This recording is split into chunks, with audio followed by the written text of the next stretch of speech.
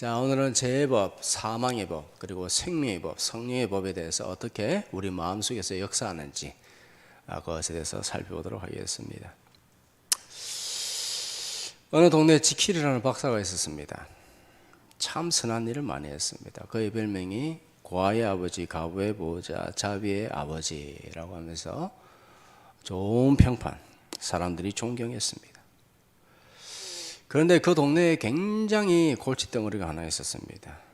밤만 되면은 하이드라는 인간이 나타나가지고 온갖 나쁜 짓을 하고 다니면서 동네를 아수라장으로 만들어버리고, 그렇게 밤마다 온 동네 사람들은 공포의 도가니로 그렇게 그 안에서 힘들어했습니다.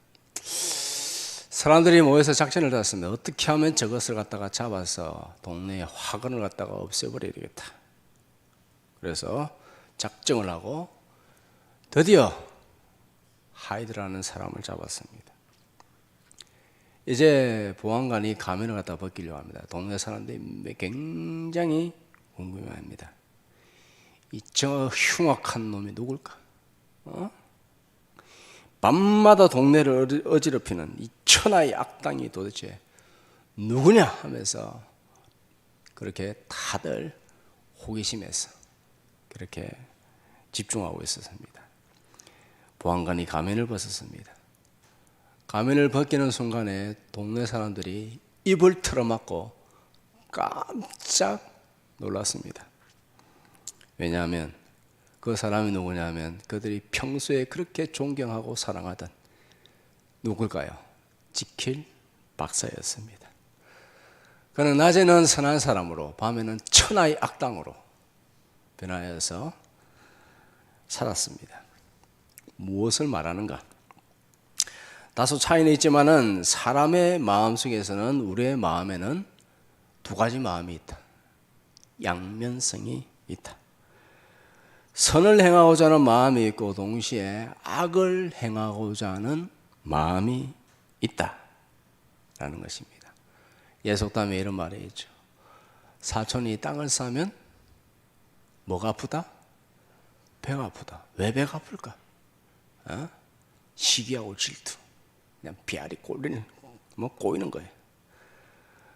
시기하고 질투하면서 은근히 남이 안 되면 기분 좋아하는 아주 나쁜 습성들, 제 근성이 있더라.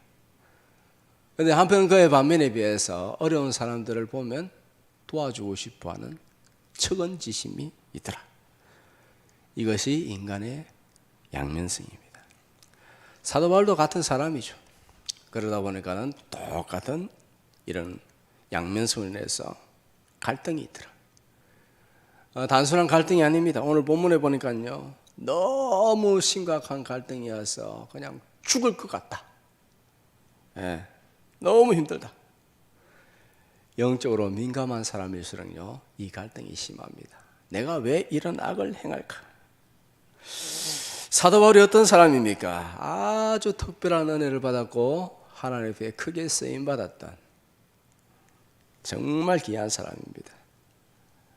셋째 하늘을 직접 눈으로 보았고, 신약의 27권 중에서 14권이나 기록한 정말 하나님 앞에 특별하게 쓰임받은 사랑입니다. 예수님 이후로 가장 위대한 삶을 살았다. 2000년 기독교 역사상 가장 뛰어난 영성과 지성을 가지면서 참 그렇게 그런 사람이었다. 그러나 그도 역시 예가 아니었습니다. 영적으로 민감하기 때문에 훨씬 더 깊은 갈등을 경험했고 너무 괴로워했습니다. 너무 괴로워요. 왜 내가 이렇게 악한 짓을 할까? 선을 행하고 싶은데 원하는 선은 행하지 않고 내가 원치 않는 악을 내가는 나 자신을 보면서 너무나 괴로운 거예요. 왜 그럴까? 왜 그럴까? 여러분들 다 그런 경험이 있죠? 다 그런 경험이 있어요. 왜 내가 이런 악한 생각을 할까? 왜 남이 잘 되는 것을 보면서 좋아하기는커녕 시기와 질투가 이렇게 생기는 걸까? 왜 잘난 사람 앞에서 내가 당당하지 못하고 그냥 고개가 숙여지고 왜 이런 모습이 있을까? 왜 당당하지 못할까? 나는 하나님의 자녀고 특별히 하나님께서 나의 삶을 주관하시고 나를 이끌어 가시는데 그렇게 믿는다고 고백을 하지만은 왜 이런 모습으로 내가 서 있는가? 왜 이렇게 살아가는가? 내 마음이 왜 이럴까? 사도 바울도 그런 경험을 했습니다. 15절 시작. 내가 행하는 것을 내가 알지 못하노니 곧 내가 도리어 미워하는 것을 행함이라. 도대체 내가 왜 이러는 걸까? 내가 도대체 왜 이렇게 살아가고 있는 것일까? 나도 모르겠다. 내 마음을 나도 모르겠다. 마음으로는 선을 원하는데 그것을 하지 않고 내가 원하지 않는, 하고 싶지 않는 악을 행하더라. 참 답답한 노래. 내가 내 마음을 모르겠다. 사도 바울조차도 이렇게 말하니 왜 그럴까? 예? 왜 그런 줄 아십니까? 예, 사도 바울이 그에 대해서 기도하면서 하나님께서 답을 주셨습니다. 왜 그런가? 그 첫 번째 이유는 사람들 마음에 죄성이 있기 때문이다. 뭐가 있다고요? 죄성이 있다. 17절 시작. 이제는 그것을 행하는 자가 내가 아니요 내 속에 거하는 죄니라. 내 안에 죄가 있기 때문에 내가 죄를 짓는 것이에요. 예? 왜 죄를 지어요? 내 안에 죄가 있어서. 사람들이 왜 거짓말합니까? 예? 왜 거짓말할까요? 거짓의 아비의 영이 들어가 있어서 거짓말하는 거예요. 예? 왜 나쁜 짓을 하는가? 귀신이 그 가운데서 역사하기 때문입니다. 왜 사람들이 교만하는가? 교만의 영이 있기 때문에. 교만의 영이 그를 지배하고 있기 때문입니다. 내 안에 죄가 있어요. 육신이 있는 동안에는 죄가 있어요. 그러니까 싸워 나가야 되는데 좀 이따 다루도록 하고요. 우리의 본질은 육신이 아닙니다. 이 껍데기 안에 육신은 그냥 잠시 있는 거예요. 진짜는 뭐예요? 내 영혼입니다. 내 영혼이 나 자아입니다. 내 본질입니다. 눈에 보이지 않는 영혼이 내 본질이고 육신의 이거는 껍데기에 불과한 거예요. 우리는 육신 가운데 살고 있습니다. 육신은 죄로 인해서 오염되어 있습니다. 그래서 육신에 사는 동안에 내가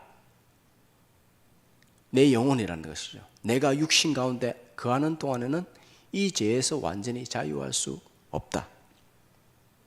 아무리 예수님 믿어도 죄와 더불어 치열하게 싸워도 한 번씩 죄에 대해서 넘어질 수밖에 없는 그런 연약한 모습들이 있더라. 내가 죄를 행하는 이유는 이 육신 가운데 죄성이 내 안에 죄가 있기 때문이다. 죄의 세력이 있기 때문에. 그러면 왜 주님은 육신 가운데 살게 하셨는가? 왜 그렇게 하셨는가? 우리라고 왜 육신 가운데 살게 하셔가지고 이 모든 광야와 같은 세상에서 이 모든 것을 겪게 하는가? 죄와 싸우게 하고 죄 때문에 괴로워하고 육신 때문에 질병 때문에 여러 가지 환경 때문에 괴로워하는 이 환경 가운데서 왜 살아가게 하셨는가? 주님께서 말씀하셨죠. 사람이 떡으로만 살 것이 아니라 오직 하나님의 말씀으로 살게 하기 위함이다.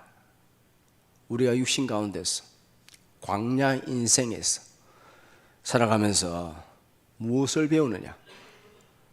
겸손을 배웁니다.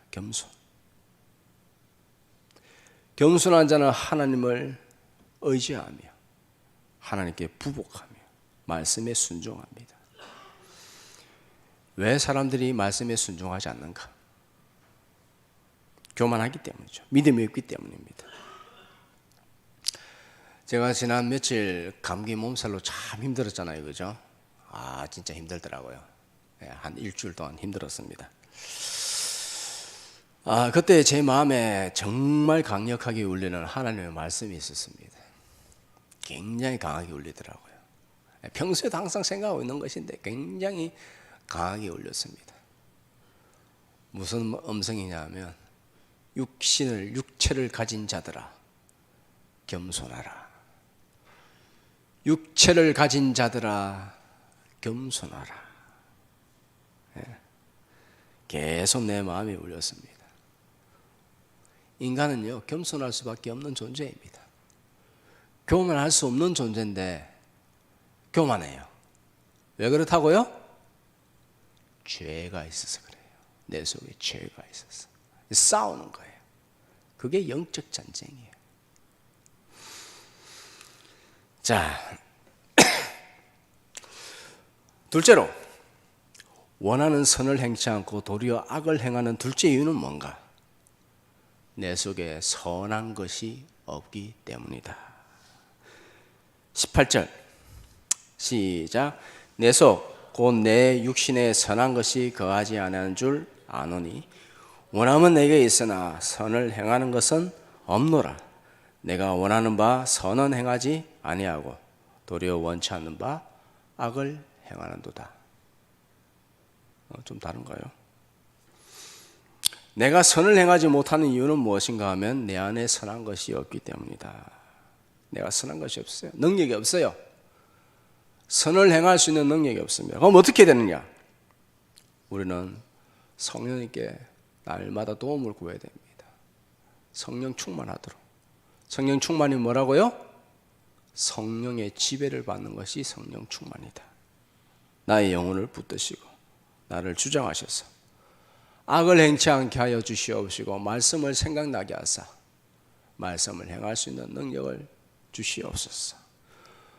우리는 찬송합니다. 주님 뜻대로 살기로 했네.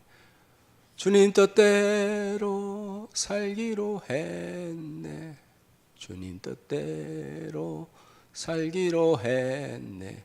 뒤돌아보지 않겠네. 주님 뜻대로 아무리 살고 싶어도 도리어 원치 않는 악을 행하는 듯.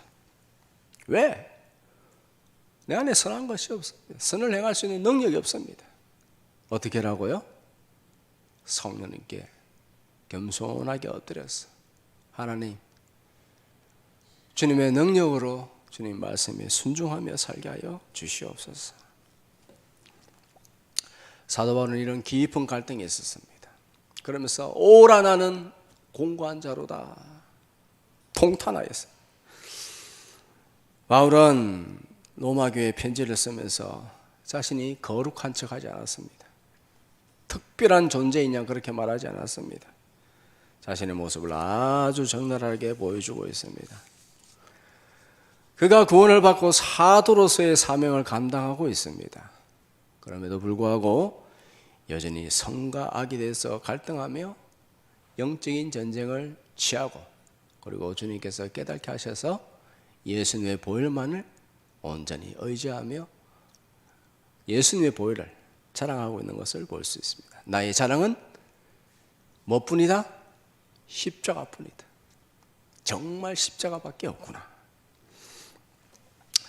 어떤 사람은 생각합니다. 예수님 믿으면 아무런 영적인 갈등도 없이 마음의 평안함만 누리고 사는 줄로 그렇게 여깁니다만은 사람들이 그래서 처음에 교회 나오는 이유는 무엇이냐 하면 두 가지 마음이 있습니다. 처음에는 첫째는 복 받고 싶었어. 두 번째는 마음의 평안을 누리고 싶었어. 요즘 뭐 선전에도 그렇게 나오더라고요. 불안 불안을 이길 수 있는 방법은 약을 먹으면 됩니다. 거짓말하고 있네. 불안을 이길 수 있는 방법, 공포와 두려움을 이길 수 있는 방법은 무엇입니까? 믿음밖에 없습니다. 믿음밖에 없어요. 여러분 TV 보면서 불안해가지고요, 그거 볼 때마다 나의 믿음을 주님께서 기뻐하시고 믿음으로 두려움을 이기는구나, 불안을 이기는구나 라는 사실을 항상 기억하시기를 바랍니다. 자, 근데 평안을 갖다 누리고 싶어서 교회에 나오는데 하나님께서 은혜 주셔가지고 말씀이 들리기 시작해요. 말씀을 깨닫기 시작해요. 그러면서 없었던 갈등이 생겨요. 아니 평안하고 싶어 하는데 갈등이 생긴다니까요. 왜? 말씀이 들리기 시작하니까요. 죄가 무엇인지 알게 돼요. 이전에는 그냥 함부로 뒷담화하고 뒤에서 남을 욕하고 그냥 분노하고 원망하고 시기하고 질투하고 막 불평하고 막 그냥 남에게 피해줘도 뭐 양심에 가책이 없습니다. 조금도 부끄러운 줄 모릅니다. 악한 일을 생각하지도 않습니다. 남들도 다 그렇게 살아.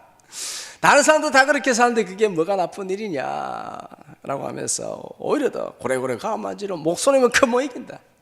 목소리만 크면 이긴다는 거예요. 목소리 고래고래 가마지르고 막 욕을 해대면서 살아갑니다. 그런데 말씀이 들리니까는 그것이 죄야 라고 죄라고 지적합니다. 그래서 마음에 갈등이 일어납니다. 왜 그러냐? 불신자의 마음에는 죄의 법밖에 없습니다. 사망의 법밖에 없습니다. 악을 저질러도 양심이 죽어 있기 때문에 양심의 가책을 받잖아요. 악을 아무리 저질러도 양심의 가책이 없습니다. 그래서 뭐 잘못했는데? 악을 행하고도 조금 더 부끄러워하지 부끄러우면서 거짓말 하거든요. 눈 하나 깜빡 안 합니다. 그런데 믿는 사람은 거짓말하면 마음이 너무 아파. 엎드리죠. 주님 잘못했습니다. 악을 저질러도 양심의 가책도 없습니다. 그런데 예수님 진짜 믿으면 어떻게 되느냐? 그 사람 영혼에 생명의 법이 들어갑니다. 성령의 법이 들어갑니다. 죽었던 양심이 되살아납니다. 그래서 악한 행동을 하면요, 악한 생각만 해도 마음이 아픕니다. 찔립니다. 왜 그러냐? 이전에는 죄의 법이 있었는데 생명의 법이 들어가게 되어지고 생명의 법과 사망의 법이 싸우는 거예요.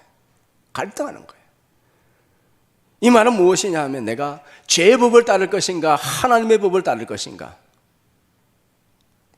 내가 하늘의 법대로 살 것인가 아니면 땅의 원칙대로 육신의 정욕대로 살 것인가, 내 마음대로 살 것이냐 아니면 하나님 말씀에 순종하며 살 것인가. 내 마음에 갈등이 생기죠. 이게 영적 전쟁이에요. 하나님 말씀에 순종하며 살아야 되는데 하면서 성령님께 도움을 구해야 돼요. 아무리 주님 뜻대로 살기로 했네, 내 마음대로 내가 아무리 사신 결단을 내린다 하고 내가 이것을 하면 내가 손가락을 잘라버리겠다 해도 안 돼요.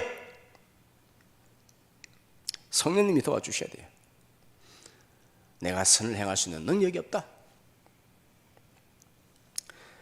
예수 믿기 전에는요, 오직 죄의 법이 그 사람을 다스립니다. 지배합니다. 그러나 예수님을 믿음으로써 성령이 우리를 다스리고, 그러면 성령의 법대로 살아야 되는데 라는 그런 마음에 항상 거룩한 부담이 있습니다. 갈등하죠. 생명의 법이 들어왔기 때문에 갈등합니다. 진짜 성도로 살 것인가 아니면 명목상의 성도로 살 것인가. 다른 말로 하면 영적인 성도로 살 것인가 아니면 육신적인 성도로 살 것인가. 지난 시간에 다루었습니다. 육신적으로 살면 어떻게 된다고요? 육신적 그리스도인은 천국 간다 못 간다? 못 간다. 성화를 거치지 않는 사람은 영화의 단계에 이르지 못한다. 죄에 대해서 싸우고 하나님 말씀에 순종하려고 엎드리지 않는 사람은요, 그런 과정이 없는 사람은, 육신적 그리스도인은 하나님과 관계없는 사람이에요. 지난 시간에 확실하게 다루었습니다. 내가 실수하고 넘어진다 하더라도 어떻게 해요? 주님, 나는 그런 존재입니다. 나는 미약한 존재입니다. 오직 예수님의 보혈이 나의 영원한 의가 되는 줄 믿습니다. 예수님의 보혈밖에 없습니다. 네. 내세울 수 있는 것은 보혈밖에 없습니다. 사도 바울이 이런 영적인 전쟁을 했습니다. 우리도 마찬가지죠. 하늘의 법대로 살 것인가 아니면 땅의 법, 육신의 정령, 세상 사람들이 살아가는 그런 모습으로 살 것인가. 자, 22절 23절 시작. 내 속사람으로는 하나님의 법을 즐거워하되 내 지체 속에서 한 다른 법이 내 마음의 법과 싸워 내 지체 속에 있는 죄의 법으로 나를 사로잡는 것을 보는도다. 아멘. 사도 바울이 하나님만 섬기기로 작정을 했습니다. 그리고 실제로요, 자기가 누릴 수 있는 모든 세상적 특권을 다 내려놨습니다. 그 많던 재물도요, 복음 전하면서 다 써버리고, 가만히 있어도 사내들인 공회원이 될 것인데, 우리나라로 하면 뭐 국회의원이죠. 아니, 국회의원보다 훨씬 더 선출 안 되고 비선출로 최고의 권한을 누릴 수 있는 70명의 공회원이 되는 것입니다. 그런데 그것도 포기해버렸습니다. 포기한 것이 아니라 그 모든 세상의 것들을 변비물로 여겼노라. 네. 하늘의 영광을 바라보면서 셋째 하늘을 바라보니까 이 땅의 것들이 너무 형편없다는 것을, 그리고 복음을 위하여 고난을 선택했습니다. 세상에서 가장 위대한 것은 복음을 위해서 고난받는 것이 최고의 영광인 줄 믿으시기 바랍니다.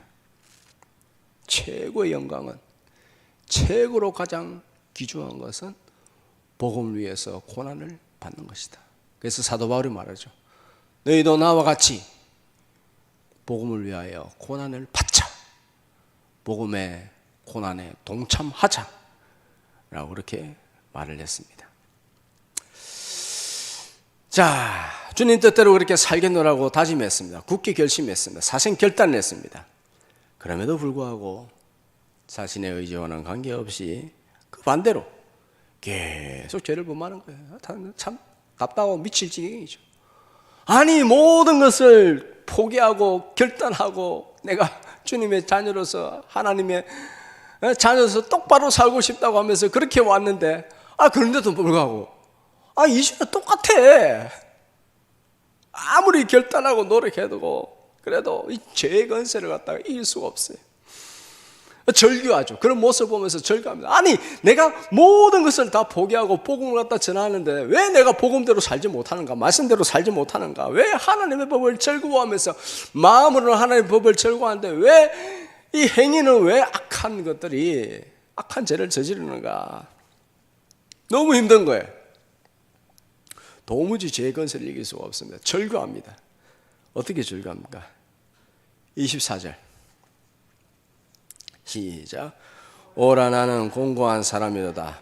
이 상에 누가 나를 건져내랴. 아멘. 얼마나 답답합니까? 복음을 위해서 모든 것을 다 포기하고 그 복음 때문에 엄청난 고난을 받았잖아요. 그죠? 예? 우리는 그가 받은 고난을 하나로 당하면요, 이제 살아야 되나 죽어야 되냐 그렇게 할 거예요. 강의 위험, 도덕의 위험, 강도의 위험, 뭐 퇴장을 3번이나 맞고 40대 하나 감염매를 5번이나 맞고 뭐 여러 가지 뭐 자지도 못하고 헐벗고 굶주리고 추위 가운데 하여튼 기타 등등 뭐 엄청난 일들을 경험했습니다. 그럼에도 불구하고 제 세력을 이길 수 없는 자신을 보면서 통탄합니다. 오라 나는 공고한 사람이로다. 이 사망의 몸에서 누가 나를 건져내랴.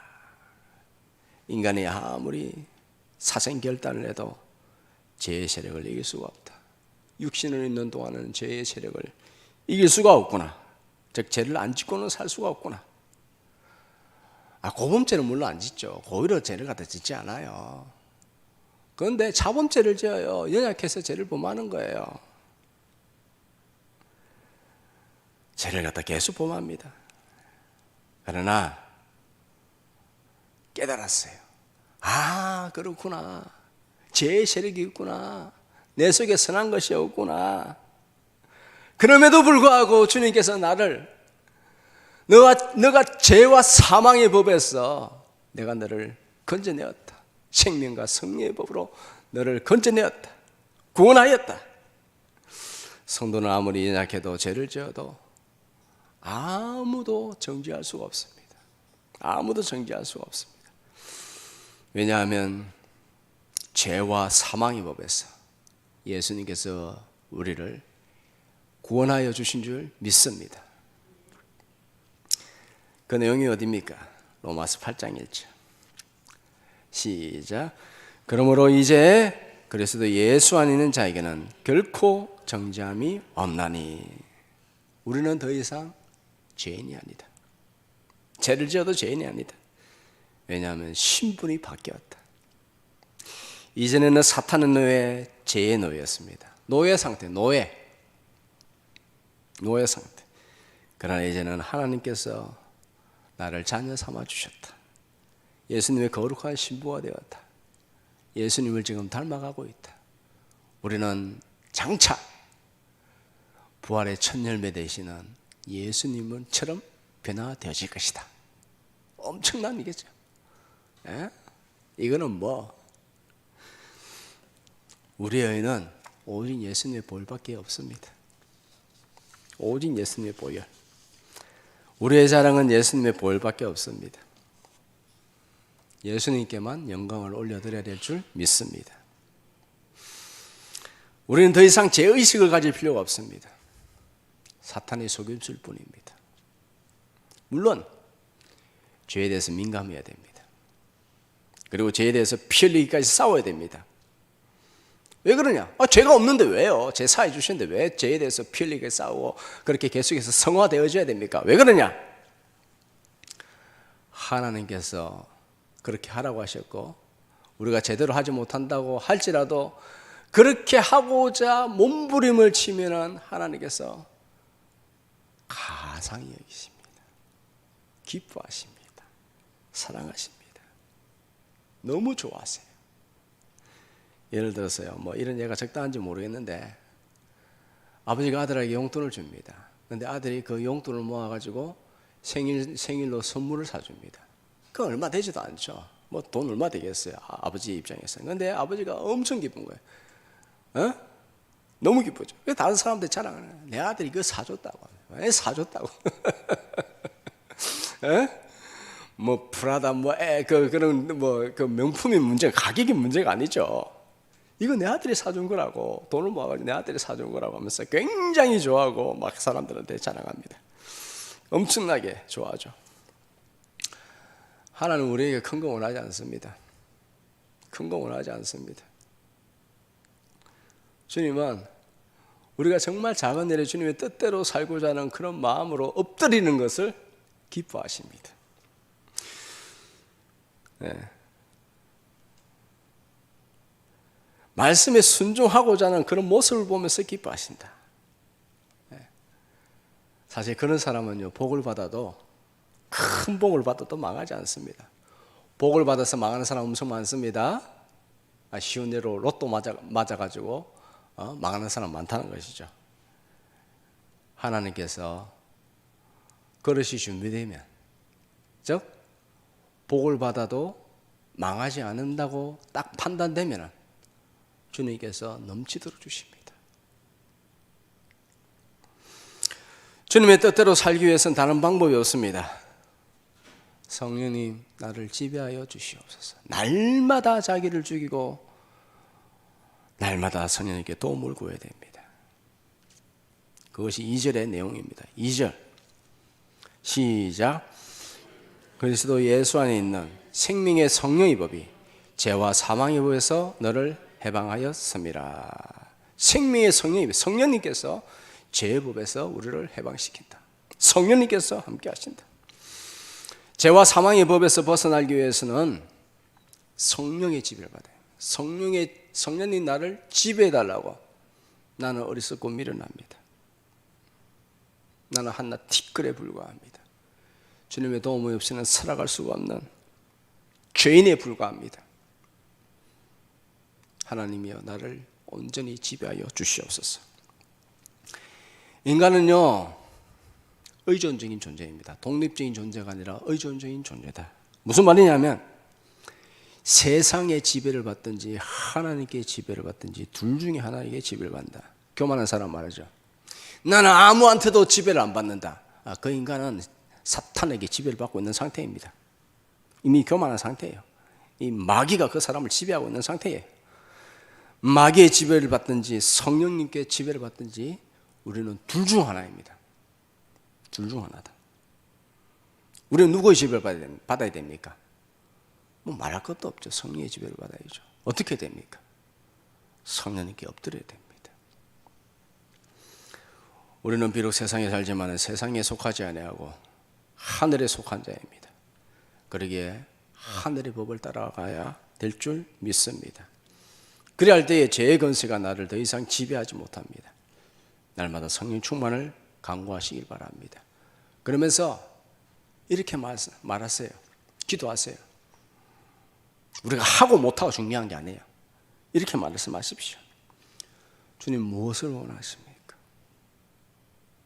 미련한 어리석은 내가 주님의 뜻대로 살기를 원하는데 무엇을 원하십니까? 그렇게 물어보기만 해도 주님께서는 기뻐하십니다. 그런 자에게 하나님께서 말씀하십니다. 주여 말씀하시옵소서. 종이 듣겠나이다. 내가 종입니다. 하나님 의지합니다. 이렇게 주님을 기뻐하는, 주님을 기쁘시게 하면 우리에게 놀라운 일들이, 아주 놀라운 일들이 생길 줄 믿으시기 바랍니다. 주님께서 말씀하십니다. 너희가 악한 자라도, 우리가 악한 자잖아요. 그죠? 내 안에 선한 것이 없어요. 내 안에 선한 것이 없어요. 날마다 선한 것으로 채워야 돼요. 에? 착각하면 안 됩니다. 너희가 악한 자예요. 우리가 악한 자예요. 그럼에도 불구하고 나를 사랑하셨다. 너희가 악한 자라도 자식에게 좋은 것을 줄 줄 알거든. 하물며 하늘에 계신 너희 아버지일까 보냐. 하나님만이 복을 주십니다. 세상에 좋은 것들은 다 하늘에서 내려오는 것들입니다. 하나님이 원하시는 그릇이 하나님께서는 넘치는 은혜와 복을 부어주실 줄 믿습니다. 나가도 복을 받고 들어가도 복을 받고 떡반죽 그릇에도 복을 받고 하나님께서 넘치는 은혜를 부어주신 줄 믿으시기 바랍니다. 날마다 성령님만 의지하며 주님 앞에서 사시기를 주님의 이름으로 축복합니다.